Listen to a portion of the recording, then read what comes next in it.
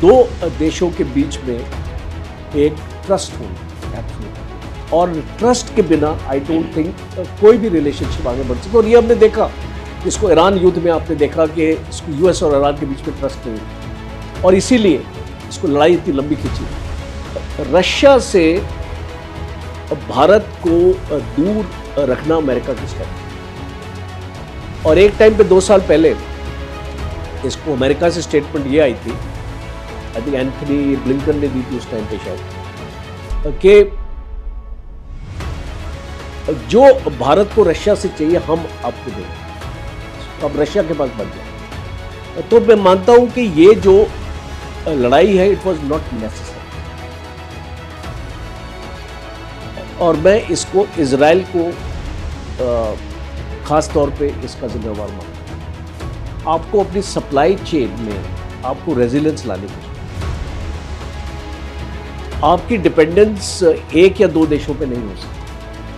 You have to be dependent on number of countries. आपके supply chain routes अलग अलग होने चाहिए। तो क्या सर हम इसको पाकिस्तान का एक स्मार्ट स्ट्रेटेजिक मूव कह सकते हैं? देखिए, let us give the devil it's due. मैं टीवी चैनल वगैरह उसमें नहीं जाता हूँ, वो तो सारा टाइम पता नहीं क्या बोलते हैं कि पाकिस्तान ने अपने आप को बेच दिया है, ये कर दिया ये। Iran Israel is like India and Pakistan. India Pakistan में कश्मीर इशू है, और ईरान और इजराइल में पैलेस्टीनियन इशू। तो पैलेस्टीनियन इशू का जब तक आपका कोई रेजोल्यूशन नहीं निकले, उसके बारे में तो हम सुनते ही नहीं। We are not hearing anything. जब तक पैलेस्टीनियन इशू के ऊपर बातचीत नहीं होगी, ये जो आपका वेस्ट एशिया है it will remain unstable, because आपने शेख हसीना को अपने पास रखा हुआ, अभी भी रखा हुआ है। अब जब इलेक्शन चल रहे थे, वो पॉलिटिकल स्टेटमेंट भारत की ज़मीन से दे रही थी। अब कौन सा देश इसको एक्सेप्ट करे? नमस्कार, आप देख रहे हैं द एज डिफेंस। मैं हूं आपके साथ प्रमोद तिवारी। इस वक्त विश्व में एक साथ कई चीज़ें चल रही हैं, चाहे G7 की बैठक में प्रधानमंत्री नरेंद्र मोदी और डोनाल्ड ट्रंप की मुलाकात हो, चाहे ईरान यूएस वॉर की समाप्ति की घोषणा हो, चाहे पीओके में चल रहे विद्रोह और वहाँ पे होने वाले चुनाव हों, या भारत और नेपाल के बीच रिश्तों को लेकर जो थोड़ी सी खटास चल रही है दोनों रिश्तों में वो हों, या फिर भारत और बांग्लादेश में जो घुसपैठ के मुद्दे को लेकर, खासकर पश्चिम बंगाल में नई सरकार बनने के बाद जो एक्शन लिए जा रहे हैं, उसके चलते दोनों देशों के बीच में जो एक दूरी या तल्खी पैदा हो रही है, उस पर बात करनी हो। इन तमाम मुद्दों पर बातचीत करने के लिए हमारे साथ एक बेहद ही खास शख्स मौजूद हैं। हमारे साथ आर्मी में मेजर जनरल रह चुके एक शख्स मौजूद हैं। उन्होंने 37 साल इंडियन आर्मी में अपनी सेवाएं दी हैं। इसके अलावा ये डिफेंस एनालिस्ट हैं, जियोपॉलिटिकल एक्सपर्ट हैं, एक बहुत ही बेहतरीन ऑथर भी हैं। कई किताबें लिख चुके हैं, including breaking the Chinese myth, जो कि अमेजन पे one of the best sellers हैं। जियोपॉलिटिक्स पर खुलकर अपनी राय रखते हैं, विशिष्ट सेवा मेडल अवॉर्डी हैं। तो आइए स्वागत करते हैं रिटायर्ड मेजर जनरल राजन कोचर का। It's pleasure to have you today on the show, sir. जय हिंद सर। जय हिंद Pramod, and my best wishes आपके चैनल को edge, and I think it will be an edge in geopolitics and current affairs. Thank you so much sir for your wishes. Sir, सबसे पहले तो हम भारत और यूएस रिलेशनशिप के बारे में बात करते हैं, क्योंकि बहुत चर्चा में है, बहुत सुर्खियों में है, और कल ही प्रधानमंत्री नरेंद्र मोदी और डोनाल्ड ट्रंप की मुलाकात भी हुई है।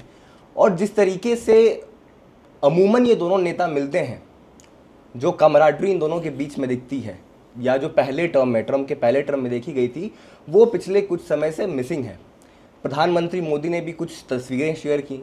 एक तस्वीर में था जहां वो ट्रंप से किसी बड़े गंभीर मुद्रा में बातचीत कर रहे हैं।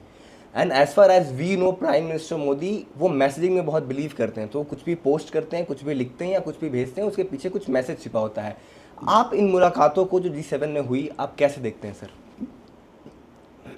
तो प्रमोद, बहुत अच्छा सवाल है, बिकॉज सबसे पहले आपने एक इशू रेज किया है, और वो कंसर्न है बॉडी लैंग्वेज का।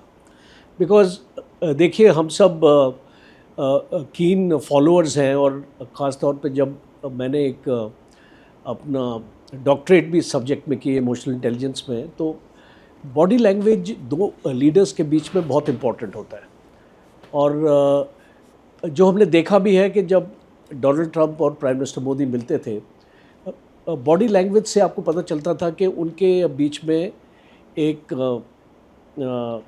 नज़दीकियाँ हैं जो शायद पिछले 14-15 महीने में जो हमने देखा है। और ये कुछ इंसिडेंट्स हुए हैं रिलेशनशिप्स में यूएस और इंडिया के बीच में, एंड एक नेचुरल फिनोमेना होगा ये कि आप उस तरीके की बॉडी लैंग्वेज नहीं रख पाएंगे। और ख़ास तौर पे कुछ ही दिन पहले जब अमेरिकन्स आपके 6 सेलर्स को मारते हैं स्ट्रेट ऑफ हॉर्मूज के एरिया में, 2 शिप्स पे हमला होता है। पहली बार जब हमला होता है तो 3 हमारे सी फेरर्स मारे जाते हैं और एक स्ट्रॉन्ग प्रोटेस्ट इंडिया करता है। ख़ास तौर पे चार्ज अफेयर्स को बुलाना और उसको करना ये कोई मामूली बात नहीं है, बिकॉज आप एक यूनाइटेड स्टेट्स के चार्ज अफेयर्स को बुला के अपनी कंसर्न और अपनी नाराज़गी उनको बता रहे हैं। फिर क्या होता है कि 2 दिन बाद दूसरी शिप पे ये इंसिडेंट हो जाता है। इसका मतलब कि जो आपने एक एफर्ट किया था उसको यूनाइटेड स्टेट्स को बताने का, उसका फ़ायदा नहीं हुआ, फ़र्क नहीं पड़ा। और तीसरा कनेक्टेड इसके साथ, जब हमारे minister of external affairs Jaishankar बात करते हैं मार्को रूबियो से, तो मार्को रूबियो ये इंसिडेंट को रिग्रेट नहीं करता है। और मार्को रूबियो बोलता है कि ये अगर ये ऑर्डर्स का उसकी तामील नहीं करोगे तो आपके साथ यही होगा, बिकॉज़ ये एक वॉर जोन है और हमने आपको एक चेतावनी दे रखी है यहाँ पे मत आओ, और हमारी चेतावनी के बावजूद अगर आप आओगे तो आपके साथ यही होगा। तो इसका मतलब कि यूनाइटेड स्टेट्स ने अपने एक्शन को जस्टिफाई किया, भारत की कंप्लेंट को नज़रअंदाज किया, और जब इस एनवायरनमेंट में आप इसको मिल रहे हैं 2 लीडर्स, तो ये तनावपूर्ण एक आपको दिखाई देगा। दूसरा देखिए, अभी आज यूनाइटेड स्टेट्स इंडिया की रिलेशंस की बात कर रहे हैं आप, जैसे टैरिफ्स का बहुत बड़ा मुद्दा है। Absolutely sir. और अगर मैं तो ये मानता हूँ, मैं कल परसों भी काफ़ी टीवी चैनल्स में बता रहा था, ये ट्रेड डील को इतना टाइम लगता नहीं है कंक्लूड करने के लिए। अब आप देख लीजिए हमारी यूरोपियन यूनियन के साथ कितनी फास्ट एक डील हो गई। यूके ट्रेड डील अभी फाइनलाइज हो गई, कल की न्यूज़ है। तो यूनाइटेड स्टेट्स के साथ क्यों नहीं? एब्सोल्युटली। तो ये एक प्राइम मिनिस्टर मोदी की एक बहुत अच्छी स्टेटमेंट है जिनकी नज़र मैं इसको व्यूज़ पर डालना चाहता हूँ। परसों की है शायद, जब स्टार्ट हुआ था G7, प्राइम मिनिस्टर ने एक स्टेटमेंट दिया था कि बहुत ज़रूरी है 2 देशों के बीच में एक ट्रस्ट होना। Absolutely sir. और ट्रस्ट के बिना आई डोंट थिंक कोई भी रिलेशनशिप आगे बढ़ सकता। और ये हमने देखा, इसको ईरान युद्ध में आपने देखा कि इसको यूएस और ईरान के बीच में ट्रस्ट नहीं थी, और इसीलिए इसको लड़ाई इतनी लंबी खींची।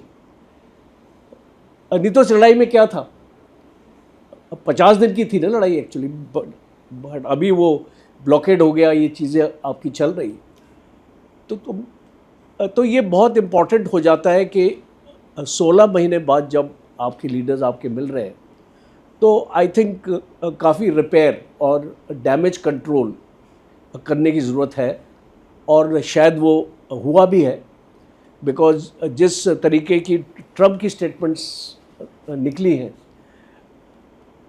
एक इंडिकेशन होता है कि वो भारत के साथ अपने रिलेशंस को रिपेयर करना चाहते हैं जो डैमेज हुआ है।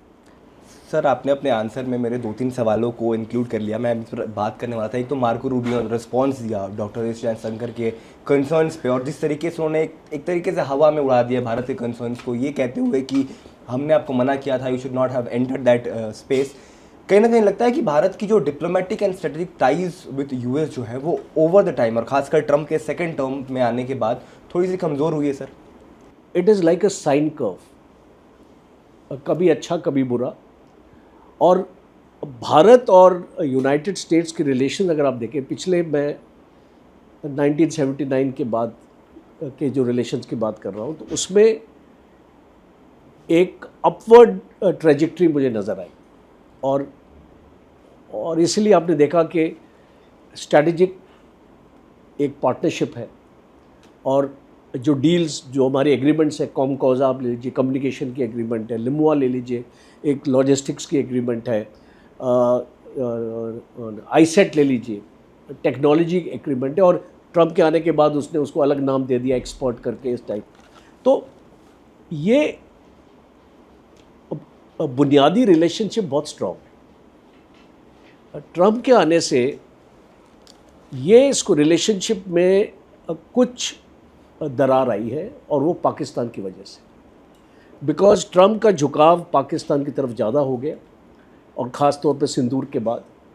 बिकॉज जिस हिसाब से पाकिस्तान ट्रंप की मदद कर सकता है फाइनेंशियली भी, बिकॉज आपने क्रिप्टो करेंसी के बारे में सुना होगा, क्रिप्टो डील जो, और फिर आपने रेयर अर्थ एलिमेंट्स जो वो उनके जो बलूचिस्तान और खैबर पख्तूनख्वा में।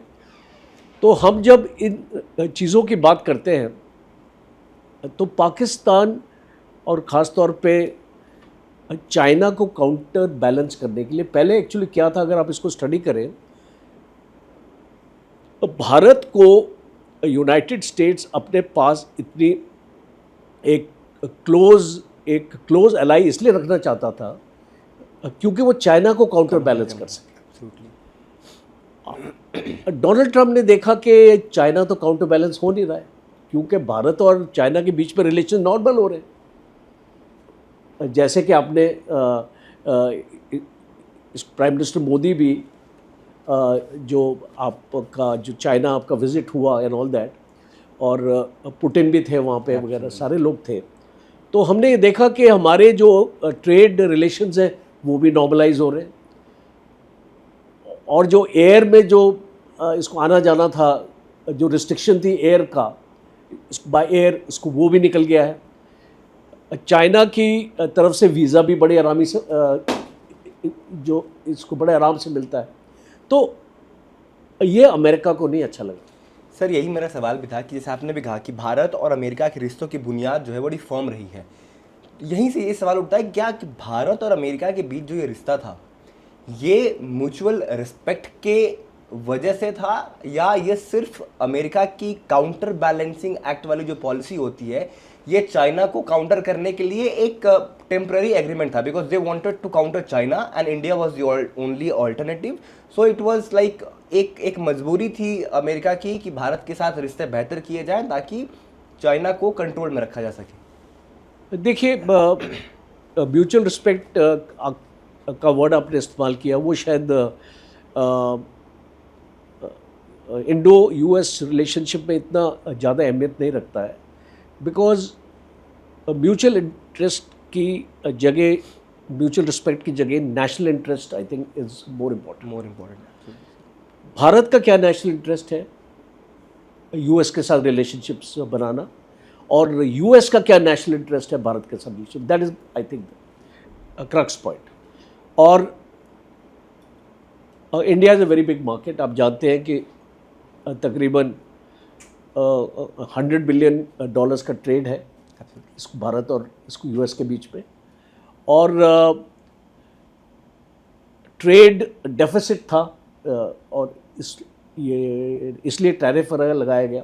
तो मुझे लगता है कि यूनाइटेड स्टेट्स की इकॉनमी आज की डेट में मजबूत नहीं है, और उसको भारत की सपोर्ट चाहिए, और ख़ास तौर पे डिफेंस, क्योंकि मैं डिफेंस से हूँ तो मैं आपको बता सकता हूँ कि डिफेंस के ऊपर यूनाइटेड स्टेट्स बहुत कंसर्न्ड है कि उसको भारत को एक अच्छी मार्केट समझता है। और इसीलिए आपने देखा होगा पिछली बार एक अनाउंसमेंट हुई थी कि 2030 तक जो हमारा बायलैटरल ट्रेड है वो $500 बिलियन तक जाएगा।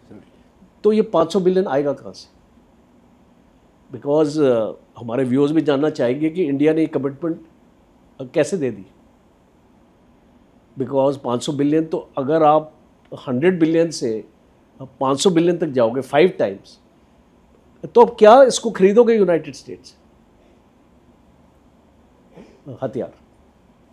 और यूनाइटेड स्टेट्स ऐसे एक कोशिश ये करेगा पाकिस्तान और इंडिया के बीच में टेंशन हमेशा रहे, ताकि हिंदुस्तान को वेपन्स की, क्योंकि मार्केट, और इसीलिए जो कल की स्टेटमेंट है डोनाल्ड ट्रंप की, I want you to absolutely I want to connect, लोग बहुत खुश हो रहे हैं कि पाकिस्तान को जवाब दे दिया, बट ये इसमें डीप में जाओ, स्टेटमेंट में डीप में अगर आप जाओगे तो आपको पता चलेगा Donald Trump is telling India, Pakistan के अगेंस्ट आपको जब हथियार चाहिए हम देंगे, आपको जो हथियार चाहिए हम देंगे, बिकॉज हम आपकी हेल्प करेंगे अगर आपके ऊपर अटैक होता है।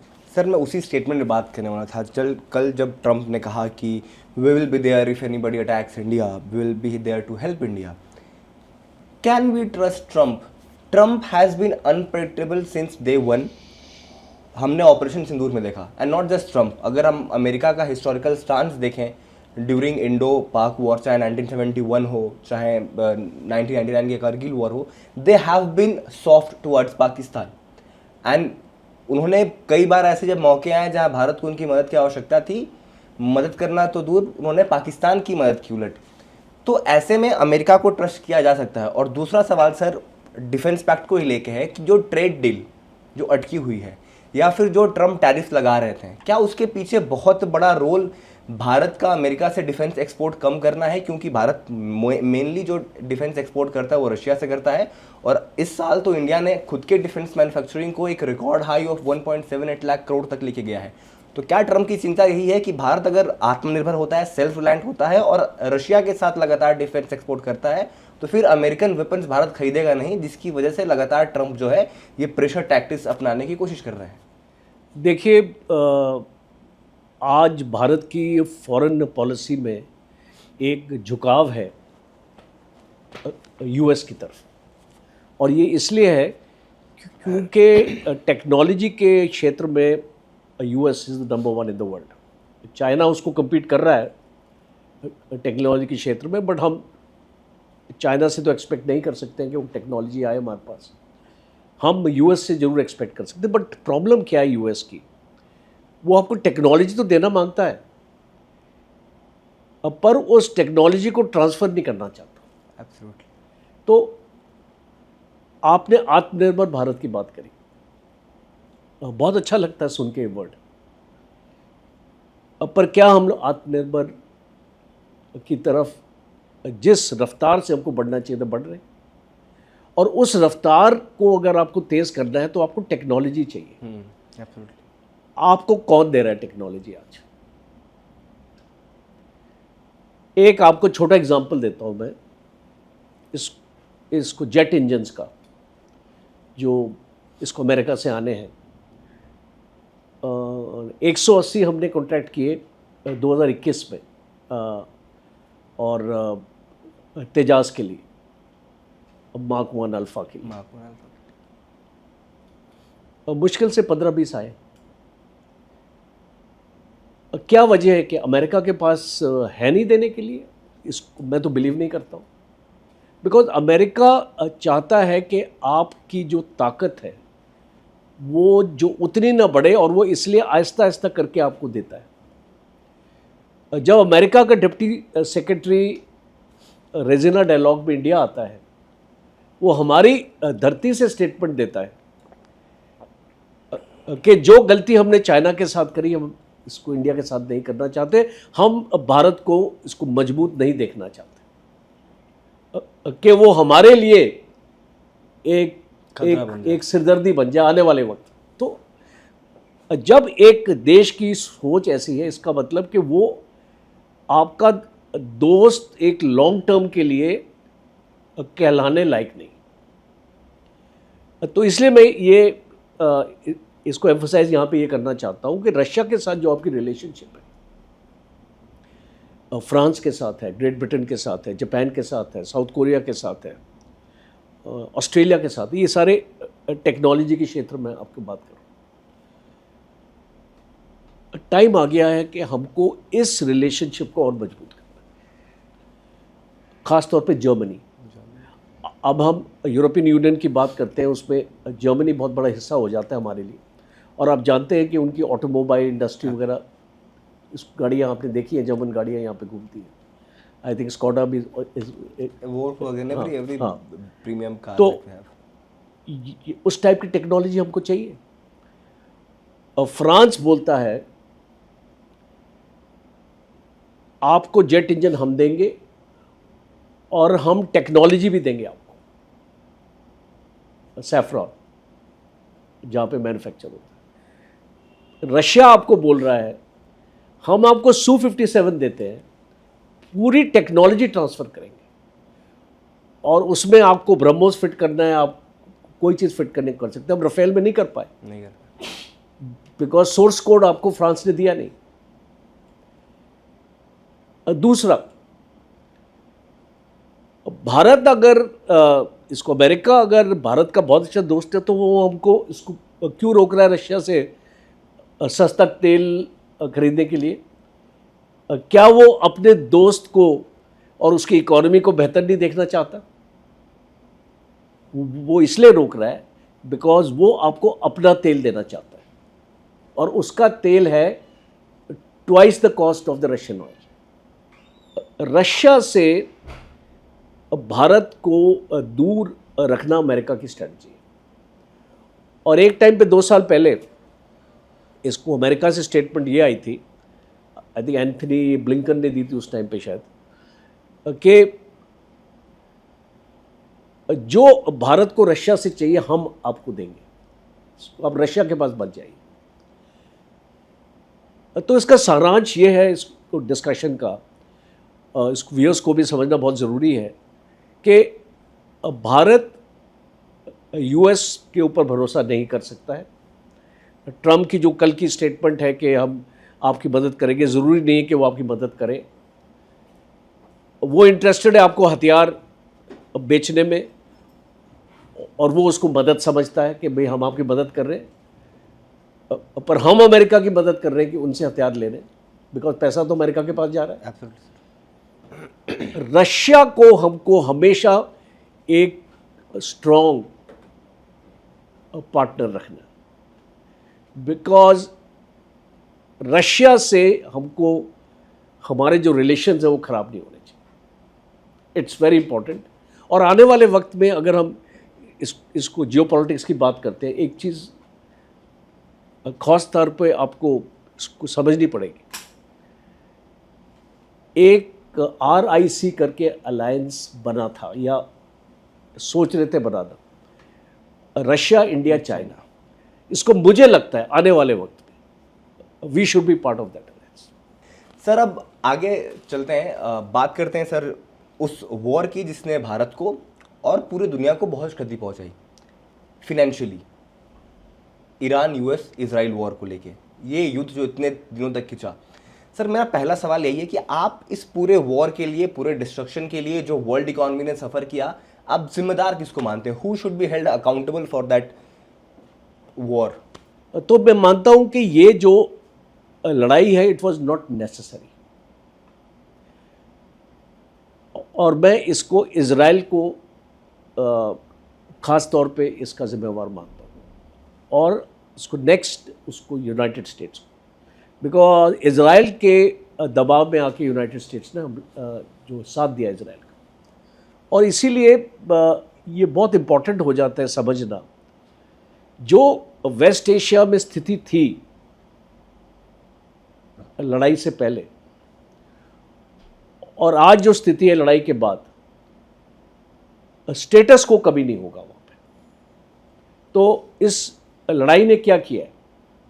इस लड़ाई ने पूरा ग्लोबल इकोनॉमी को उथल पुथल कर दिया। Absolutely sir, because you see आज एनर्जी सिक्योरिटी बहुत इंपॉर्टेंट है, स्पेशली उन कंट्रीज़ के लिए जो एनर्जी डिपेंडेंट है, जैसे कि इंडिया। आपका 80% ऑयल जो आप इम्पोर्ट करते हैं, गैस आप इम्पोर्ट करते, 60% गैस आप इम्पोर्ट करते हैं, China, the entire Europe sir. South Korea, Europe आपने बोला, तो जापान एक इतना आधुनिक और इतना एडवांस्ड है, पर उसके पास एनर्जी नहीं है। एनर्जी नहीं है absolutely। तो इसको गल्फ एक ऐसी जगह है जहाँ पे एनर्जी इज़ इन अबंडेंस, और इसीलिए हम उसको लेते हैं। हमारे कतार के साथ इतने अच्छे रिलेशंस हैं, यूएई के साथ हैं, हमारे बहरीन के साथ है, कुवैत के साथ है, सऊदी के साथ है, हम इन सब से ले रहे हैं। तो इसको मेरा ये मानना है कि हमको एक बहुत इम्पॉर्टेंट लेसन इस लड़ाई का है दैट आपको अपनी सप्लाई चेन में आपको रेजिलेंस लाने की जरूरत है। आपकी डिपेंडेंस एक या दो देशों पे नहीं हो सकती। You have to be dependent on a number of countries. आपके सप्लाई चेन रूट्स अलग अलग होने चाहिए। अब देखिए, आप स्ट्रेट ऑफ हॉर्मुज देख लीजिए। अब straight of Hormuz is only 150 kilometres and it's width is at the most 30-40 kilometres. और अगर आप सी चैनल देखें उसमें, तो इट इज़ 6 किलोमीटर्स वाइड जाने के लिए और 6 किलोमीटर्स वाइड आने के लिए, बीच में आपका 6 आपका किलोमीटर गैप, 18 किलोमीटर सी चैनल। तो इस सी चैनल को, ये इस सी चैनल ने आपकी जो नींदें उड़ा दी। सो आने वाले वक्त में क्या होगा देखिए, अभी ये डील हो रही है, इसको पीस डील साइन हो गई आज मॉर्निंग में, डिजिटली आई एम टोल्ड, और 60 दिन का टाइम है। 30 दिन में, पहले 30 दिन में हम देखते हैं, क्योंकि पहले 30 दिन में स्ट्रेट ऑफ हॉर्मुज आपका खुलेगा, जो भी माइनिंग वगैरह उसने कर रखी, डी माइनिंग होगी, वो सब होगा, और इसका नेवल ब्लॉकेड आपका हटेगा। तो एटलीस्ट ये जो हॉर्मुज है, ये तो लड़ाई की इक्वेशन में था ही नहीं। तो ये तो ईरान, ये इसको सेंटर ऑफ ग्रेविटी बना के, या एक जगलर वेन, मैं इसका नाम दूंगा, इसको जगलर वेन बना के लेके आ गया, बिकॉज उसके पास और कुछ हथियार ही नहीं था। इसको जो एक सुपर पावर के साथ लड़ रहा था वो, इसको मुझे आप बताइए आज की डेट में कौन सा देश है जो एक सुपर पावर के साथ इस तरीके से लड़ पाया? And that is Iran. And sir, मुझे लगता है कि ईरान ने अपनी जोग्राफिक लोकेशन को बहुत अच्छे से यूज़ किया, एक वेपन बनाया to increase its bargain power, और वही कहीं ना कहीं रीज़न था जिसके वजह से पूरी दुनिया से यूएस और इजराइल के ऊपर दबाव बढ़ा, और जिसके बाद ये तमाम पीस डील्स की कोशिश स्टार्ट की गई। सर, मेरा एक और सवाल है कि क्या, जैसे G7 की बैठक में कल जब तमाम राष्ट्राध्यक्ष वहाँ बैठे हुए थे, डोनाल्ड ट्रंप आए और उन्होंने कहा आई एम द बॉस, हालांकि मजाकिया ढंग में कहा था, लेकिन उनके एटीट्यूड से क्या ये समझ में आता है कि सर वो आई एम द बॉस वाली मानसिकता या उस सिंड्रोम से ग्रसित है, and he wants to be at the centre of everything that's happening in the world? देखिए, डोनाल्ड ट्रंप को अगर आप स्टडी करें एक मैनेजमेंट के हिसाब से, तो he is a type A personality. और एक टाइप ए पर्सनैलिटी होता है ऐसा आदमी जो चाहता है कि सब लोग उसकी हमेशा तारीफ करें, और वो हर एक काम में अपनी टांग डालता है, हर एक चीज़ में अपने आप को प्रोजेक्ट करने की कोशिश करता है that he is the best. तो he actually fits into this definition of type A personality, और वो है। और उसकी स्टेटमेंट्स के ऊपर आपको ज़्यादा तवज्जो देने की ज़रूरत नहीं है, इसीलिए because he never walks the talk. जो बोलता है, देखिए आपने ईरान की लड़ाई में भी देखा कि हम इसको तबाह कर देंगे, ये कर देंगे, वो कर देंगे, अगले दिन बोलता है समझौता हो रहा है, और आज स्टेटमेंट है, and you will be surprised, missiles के ऊपर है। इसको ट्रंप ने आज मॉर्निंग में स्टेटमेंट दिया है, और he has told the world that जब बाकी देशों के पास मिसाइल्स हैं, तो ईरान के पास क्यों नहीं होनी चाहिए? Because Iran should also be treated on par with other countries. अब यही था जो बोल रहा था कि इसकी मिसाइल्स को यू ख़त्म करना है, और इसको डील साइन करनी है जिसमें इसको लिखना पड़ेगा कि मैं अपना मिसाइल्स भी प्रोग्राम भी बंद करूंगा, और इसको ईरान ने बोल दिया था मैं बंद नहीं करूंगा। और आज यही डोनाल्ड ट्रंप बोल रहा है that I will have no objection अगर ईरान अपनी मिसाइल का अपना प्रोग्राम आगे करे। सर, जिस मुद्दे को केंद्र में बनाकर पूरा युद्ध स्टार्ट किया गया और आज आप उसी की सहमति में आगे खड़े हुए हैं just because to sign a peace deal, Trump की जो लैक ऑफ कंसिस्टेंसी है अपने स्टेटमेंट्स में और जिस तरीके की उनकी पर्सनैलिटी है, और इस तरीके की पर्सनैलिटी का इंसान जब इतनी पावरफुल और एक इन्फ्लुएंशियल कंट्री का राष्ट्राध्यक्ष बनता है सर, उसका जो ग्लोबल इम्प्लीकेशन है वो हमने देख लिया पिछले कुछ महीनों में या फिर पिछले 14-15 महीनों में जो टैरिफ लगे। कितना कठिन है दुनिया के लिए एक ऐसे राष्ट्राध्यक्ष से डील करना जो, जैसा आपने बताया, टाइप ए पर्सनैलिटी हो, who always wants to be at the centre of everything and who always want everybody to praise him. How tough it is to negotiate with that person, to deal with that person? It's very tough. आपको अपनी ego ना ज़मीन पर रखनी पड़ेगी, इसको general Munir की तरह। बिकॉज मैं एक एग्जांपल देता हूँ, ये जो पाकिस्तान है ये इतना क्लोज कैसे चला गया ट्रंप के पास? बिकॉज पाकिस्तान ने अपने आप को नतमस्तक कर दिया उसके सामने, भाई आप ही हो हमारे खुदा और आप ही हो सब कुछ हमारे लिए, आप जो बोलो सही है। आपने बोला सीज फायर आपने कराया, हाँ आप ही ने कराया। इसको पाकिस्तान ने ट्रंप की एक्चुअली नर्व्स पकड़ ली और इसको जनरल मुनीर ने खास तौर पे दे सेटिस्फाइड हिज ईगो। शहबाज शरीफ को देख लो कैसे कैसे वो इधर उधर पीछे देख के बात करता है ट्रंप से, उसको अपना गॉड बोलता है। आज भी उसकी ट्वीट किया है उसने इस डील के ऊपर, शहबाज शरीफ की। आज उसका ट्वीट आप पढ़िए, वो मैंने काफ़ी लंबा ट्वीट है, मैंने पढ़ा। उसमें 60% of the tweet is only praising Trump and America. तो जब हम so now it's up to you. आपका अगर एक बॉस है, सपोज आप कॉर्पोरेट में हो, your industry, and if your boss is like Trump, how will you handle this boss? You tell me. You will have to handle him in this manner only, pump up his ego all the time. और जब आपने उसकी ego को sufficiently pump कर दिया तो आप 5-6 concession भी उससे ले सकते हैं। फॉर एग्जाम्पल, पाकिस्तान के ट्रेड रूट्स ईरान के साथ खुल गए, 6 ट्रेड रूट्स, और इसको लोग ये वंडर कर रहे थे कि ये कैसे हो गया, बिकॉज ईरान के ऊपर तो सैंक्शन लगे हुए हैं, वो तो घेरा लगा हुआ है। तो ये ट्रेड रूट क्यों स्टार्ट कर दिए पाकिस्तान से? इसकी वजह, बिकॉज आप जब इतना एक बंदे को खुश कर देते हैं तो अगर आपको एक छोटा सा फेवर चाहिए तो वो मना नहीं करेगा। तो क्या सर हम इसको पाकिस्तान का एक स्मार्ट स्ट्रेटेजिक मूव कह सकते हैं? देखिए, let us give the devil it's due. मैं ये टीवी चैनल वगैरह की उसमें नहीं जाता हूँ, वो तो सारा टाइम पता नहीं क्या बोलते हैं कि पाकिस्तान ने अपने आप को बेच दिया, ये कर दिया, ये। But see how he has been able to manipulate Trump. जो पाकिस्तान ने फ़ायदा लिया है ट्रंप से, IMF लोन पाकिस्तान का रुक नहीं रहा है। पूरे F-16 स्पेयर्स का जो उसके पास अबाउट आई थिंक 112-116 F-16 है, उसमें से 40% ज़मीन पे इसको इनएक्टिव थे, डाउनग्रेडेड थे।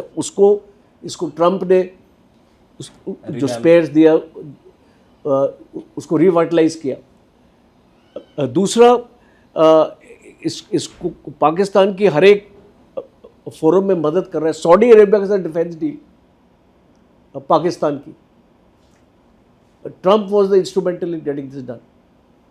तो ये अब आप ये देख लीजिए, FATF ग्रे लिस्ट में पाकिस्तान कभी नहीं आएगा, और हर एक जगह पाकिस्तान की प्रेज कर रहे हैं। वेस्टर्न मीडिया पढ़ लीजिए, कहीं भी पढ़ लीजिए, ठीक है पाकिस्तान मैनेज कर रहा है ये भी, बिकॉज उसका नैरेटिव वॉर वो एक अच्छी तरीके से हैंडल कर रहा है।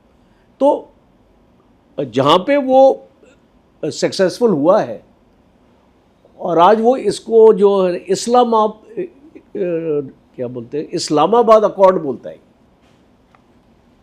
आपने पढ़ा है जो उसको नवाज शरीफ ने बोला है, ये इस्लामाबाद डिक्लेरेशन और something like that, he has use the word कि भाई ये इस पाकिस्तान का नाम इस पर परमानेंटली डाल दिया गया। एक्चुअली काम तो इसको कतर ने किया, 90% ऑफ दिस डील, नेगोशिएशन इसकी जो वजह है वो कतार थी।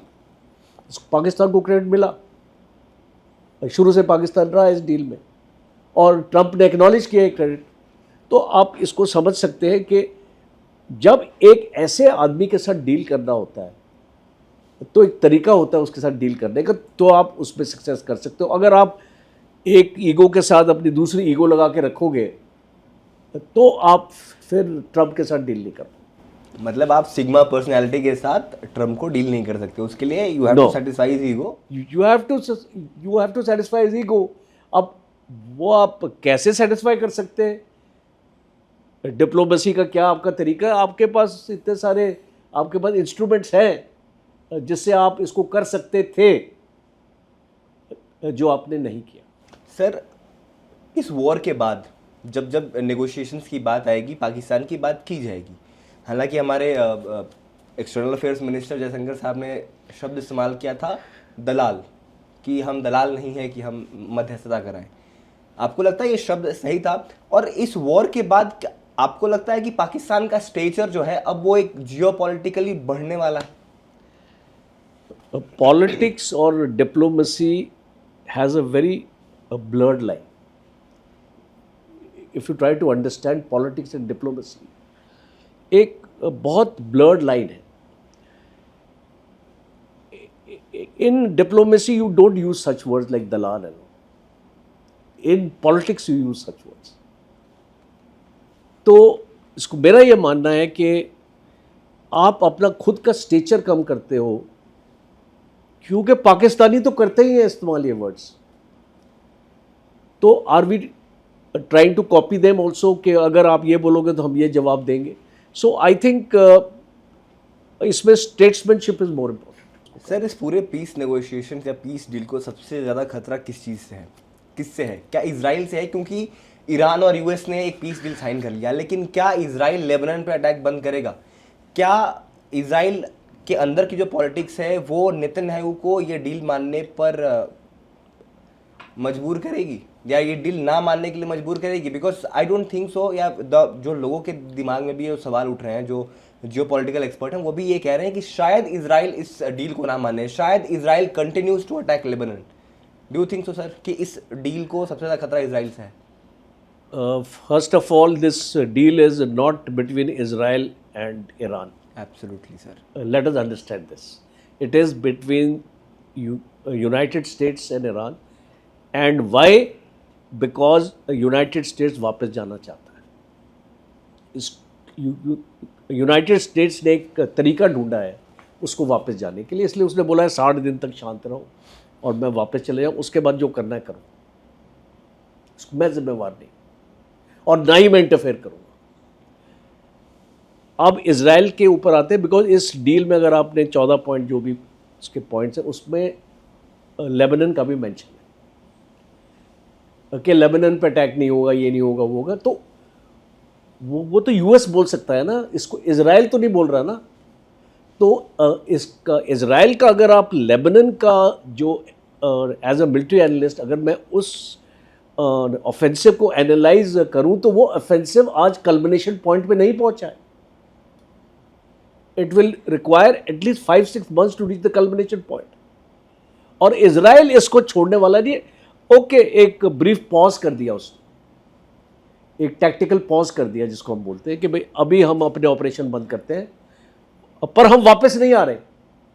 इसको बोल दिया इजराइल ने, हम वापस नहीं आ रहे, हमारा सिक्योरिटी जोन बना हुआ है वो, हम उस सिक्योरिटी जोन को कभी नहीं छोड़ेंगे. हमको इसको सीरिया में जो इसको कैप्चर किया है 40 किलोमीटर गोलन हाइट्स के आगे जाके, वो सिक्योरिटी जोन से भी इजराइल वापस नहीं आया तक. और ये लेबनान में जो इसने कैप्चर किया है इसको वापस नहीं आए. गजा में 70% बोलता है मैं कैप्चर करके रखूँगा, वो भी सिक्योरिटी जोन बनाएगा. अब इसको इजराइल की प्रॉब्लम ये है कि इजराइल अपने आप को सिक्योर कर रहा है, बिकॉज आने वाले वक्त में इजराइल नहीं चाहता कि ये हमारे ऊपर हमला करे, हिजबुल्लाह ये सारे लोग. तो अगर इजराइल पॉइंट ऑफ व्यू से देखें तो वो अपने आप को सिक्योर करने की कोशिश कर रहा है और वो कोई डील में नहीं आएगा.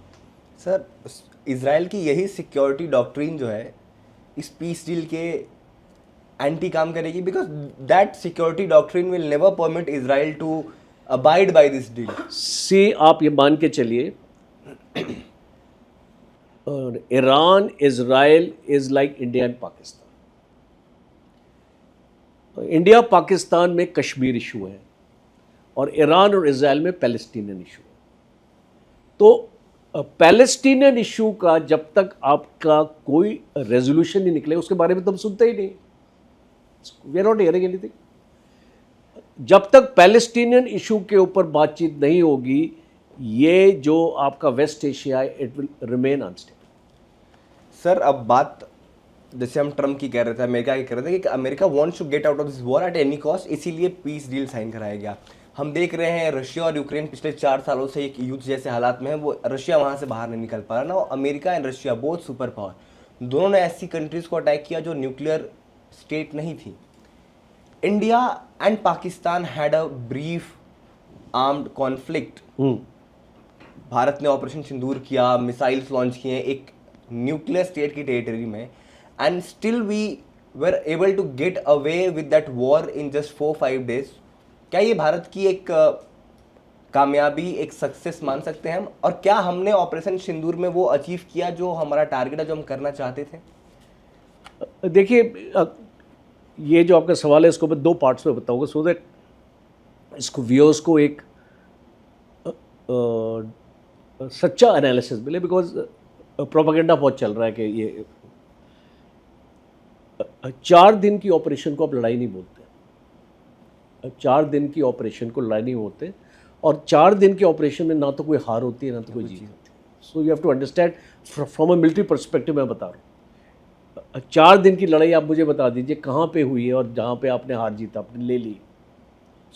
पाकिस्तान बोल रहे हैं हमने वो किया, इंडिया बोल रहे हैं हमने किया। They can not be any winners in this 4 days campaign. अब कैसे डिसाइड करेंगे आप विनर हैं? क्योंकि अगर आप 4-5 हवाई जहाज उड़ा देते हैं और अगर हमने उनके 40-50 से ज़्यादा हमने कैजुअलिटीज़ दी हैं उनको, हमने उनके टेररिस्ट कैंप्स उड़ाए, हमने उनके एयर बेसेस उड़ाए, आप पैरामीटर क्या है इसको जज करने का? बिकॉज कोई भी देश मानने से इनकार कर रहा है कि उसके लॉसेस हो। सो इसको मैं ये मानता हूँ कि सिंदूर वॉज अंडरटेकन, देश में गुस्सा बहुत था और पहलगाम की वजह से, और एक पाकिस्तान को सबक सिखाना बहुत ज़रूरी था। वो दूसरी बात है सबक वो सीखा ना सीखा बात की बात है, पर उसके ऊपर उसके अंदर जाके उसको टेररिस्ट कैंप्स को अटैक करना ये बहुत इम्पोर्टेंट था भारत के लिए और हमारे अपनी सेल्फ रिस्पेक्ट के। तो देश भी देख रहे हैं इसको, वर्ल्ड भी देख रहे हैं। इंडिया के ऊपर अटैक हो जाता है, इंडिया चुप, कुछ ना कुछ तो करना पड़ेगा। पराक्रम हुआ, पार्लियामेंट का अटैक हुआ तो हम लोग इसको मोबिलाइज हो गए ऑपरेशन पराक्रम के, पर हम घुसे नहीं। इसको मैं वहाँ था, मैं उस टाइम पे बॉर्डर पे था and I was a lieutenant colonel. इसको 1 साल हम लोग वहाँ पे बॉर्डर पे रहे, वापस आ गए बिकॉज अमेरिकन प्रेशर से। तो मैं ये मानता हूँ कि सिंदूर एक बहुत बेहतरीन ऑपरेशन था जिसमें आपने पाकिस्तान को बता दिया कि हम आपके अंदर आके आपको मार सकते हैं, आपके एयर बेसिस को मार सकते हैं, आपके एयर डिफेंस सिस्टम्स को ख़त्म कर सकते हैं। एक ट्रेलर था हमारी कैपेबिलिटी का, पाकिस्तान को पता चल गया। और उसके बाद आप देखो कैसे वो चाइना की तरफ दौड़ रहा है और वो F-35 ले रहा है, रडार्स बना रहा है, अपने सैटेलाइट्स बना रहा है, अब वो ड्रोन्स खरीद रहा है, सब कुछ कर रहा है, बिकॉज उसने रियलाइज़ कर दिया कि ये जो झटका उसको मिला है 4 दिन में, और अगर ये 40 दिन हो जाता तो बहुत मुश्किल होता झेलना। सेम टाइम भारत ने भी रियलाइज़ किया इसको, मिसाइल्स की क्या अहमियत है, ड्रोन्स की क्या अहमियत है। वाइस चीफ बोलता है, he has made a statement, vice chief, that we require 40,000 drones every month, जो नहीं आज की कैपेबिलिटी। तो दोनों देशों ने रियलाइज किया कि भाई अब टाइम आ गया है अपनी फौजों को मजबूत करने के लिए। इस वक्त बांग्लादेश का जो भी भारत के हालात हैं, चाहे वो जब शेख हसीना को वहाँ से हटाया गया, उसके बाद जब नई चुनिंदा सरकार वहाँ पे आ गई है, अभी हमने देखा उनके सलाहकार आए थे, वो दिल्ली में, उन्हें रोका गया, वो वापस लौट के चले गए। हाँ। इसके अलावा इन्फिल्ट्रेशन को लेके जो कुछ भी इस वक्त तल्खियाँ चल रही हैं, पश्चिम बंगाल में बॉर्डर्स फेंसिंग की जा रही है, how do you see this entire development related to India and Bangladesh? क्या रिश्ते बेहतर होंगे या रिश्ते अब उलझने जा रहे हैं भारत और बांग्लादेश के भी? इसको फिलहाल तो मुझे लगता नहीं रिश्ते बेहतर होने वाले हैं, बिकॉज जिस टाइप की स्टेटमेंट बांग्लादेश से आती है, कुछ तो अगर आप शेख हसीना की वजह से रिश्ते हमारे ख़राब हुए, बिकॉज आपने शेख हसीना को अपने पास रखा हुआ, अभी भी रखा हुआ है, और जब इलेक्शन चल रहे थे वो पॉलिटिकल स्टेटमेंट भारत की ज़मीन से दे रही थी। कौन सा देश इसको एक्सेप्ट करेगा? और उसके कोर्ट में उसको अनाउंस कर दिया कि भाई उसको गिल्टी और जो उसको डेथ पेनल्टी मिल गई, और उसने इसको आपने रखा हुआ। तो जब तक ये शेख हसीना का फैक्टर इक्वेशन से बाहर नहीं आएगा, मुझे नहीं लगता रिश्ते आपके सुधर सकते। कोई भी कुछ बोल ले, गवर्नमेंट बोल ले, कोई आपके चैनल में कोई डिप्लोमेट आके बोल जाए, no, I don't agree. Sir, ये इन्फिल्ट्रेशन कितना बड़ा इशू है? ये बहुत बड़ा इशू है, बिकॉज मैं बांग्लादेश बॉर्डर पर रहा हूँ, मैं आपको बता सकता हूँ कि काफ़ी बॉर्डर फेंस नहीं है, और काफ़ी बॉर्डर फेंस हो ही नहीं सकता, बिकॉज मार्शी लैंड वगैरह इस टाइप का है, तो उसमें आपको माइंस लगानी पड़ेंगी। और जिस तरीके से आईएसआई के फुटप्रिंट्स बढ़ते जा रहे हैं बांग्लादेश में, जिस तरीके से टेररिस्ट ऑर्गेनाइजेशंस को वहाँ पे सपोर्ट मिल रहा है इसको भारत के अगेंस्ट कार्रवाई करने के लिए, मुझे बांग्लादेश की चिंता है।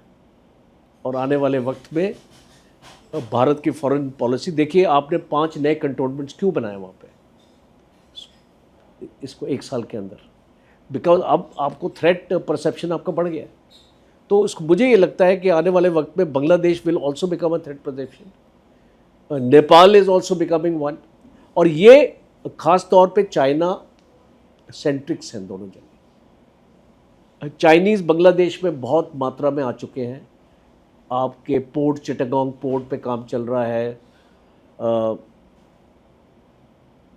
लोमनुरित जो आपका एयरफील्ड है उस पे काम चल रहा है, और नेपाल में चाइना के बहुत इन्वेस्टमेंट्स बहुत ज़्यादा हैं वो वहाँ है। तो I think we have to play this foreign policy in a slightly मोर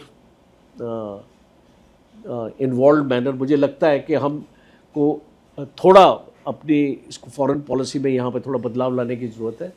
और मैं दोबारा से रिपीट कर रहा हूँ प्रोग्राम में कि Sheikh Hasina is going to be the major irritant as long as हम उसको भारत पे रखेंगे। एक लास्ट सवाल सर, क्या चाइना, बांग्लादेश, नेपाल, श्रीलंका भारत के पड़ोसियों का इस्तेमाल उसी तरीके से भारत को कंट्रोल करने के लिए कर रही है जैसा अमेरिका ने भारत के थ्रू चाइना को सोचा था? और दूसरा, इंडिया क्या, what's the way forward, what's the way out? हम कैसे इस परिस्थिति को बेहतरीन तरीके से हैंडल कर सकते हैं?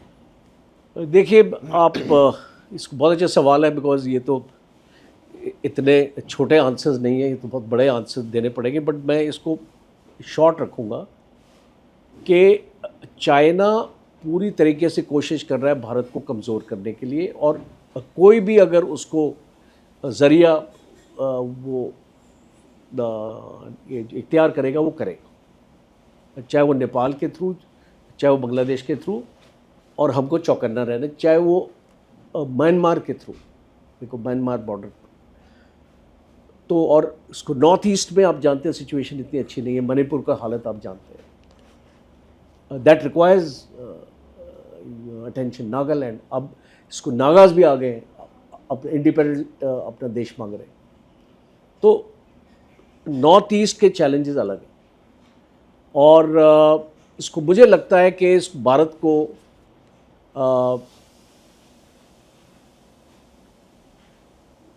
पाकिस्तान से बातचीत करने की जरूरत है।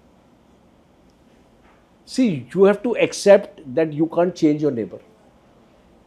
कब तक आप इस सिचुएशन में रहेंगे, एक हॉस्टिलिटी की सिचुएशन? और अभी सुनने में आया कि ट्रैक 2, ट्रैक 3 डिप्लोमेसी स्टार्ट हो चुकी है इंडिया पाकिस्तान के बीच में। तो एक बहुत इंपॉर्टेंट होगा कि बातचीत की बहुत ज़रूरत है, बिकॉज कोई भी मसले ना बातचीत के बिना नहीं हासिल हो सकते। आप इसको पाकिस्तान को बोलो ठीक है हम आपको उड़ा देंगे, लड़ाई कर देंगे, हम वो कर देंगे, that will not work out, because Pakistan को अब ज़्यादा आप उसको इम्पैक्ट नहीं कर पाएंगे। बिकॉज देखो 1:2 रेशो की आर्मीज़ होती है ना, उसमें इतनी आपको डिसाइसिव विक्ट्रीज नहीं मिलती है। वेल अटल बिहारी वाजपेयी की लाइन याद आ गई। उन्होंने एक बहुत पहले स्टेटमेंट दिया था कि you can choose your friends but you can not choose your neighbours. On that note, we would like to thank you, sir, for this insightful conversation. We had a great conversation with Major General Rajan Kochhar, sir. उम्मीद करते हैं आपको ये कार्यक्रम अच्छा लगा हो। इस पूरे टॉपिक पर आप क्या सोचते हैं आप कमेंट करके ज़रूर बताइएगा, और आगे भी इसी तरीके के और भी इंटरव्यूज़ देखने के लिए देखते रहिए द एज।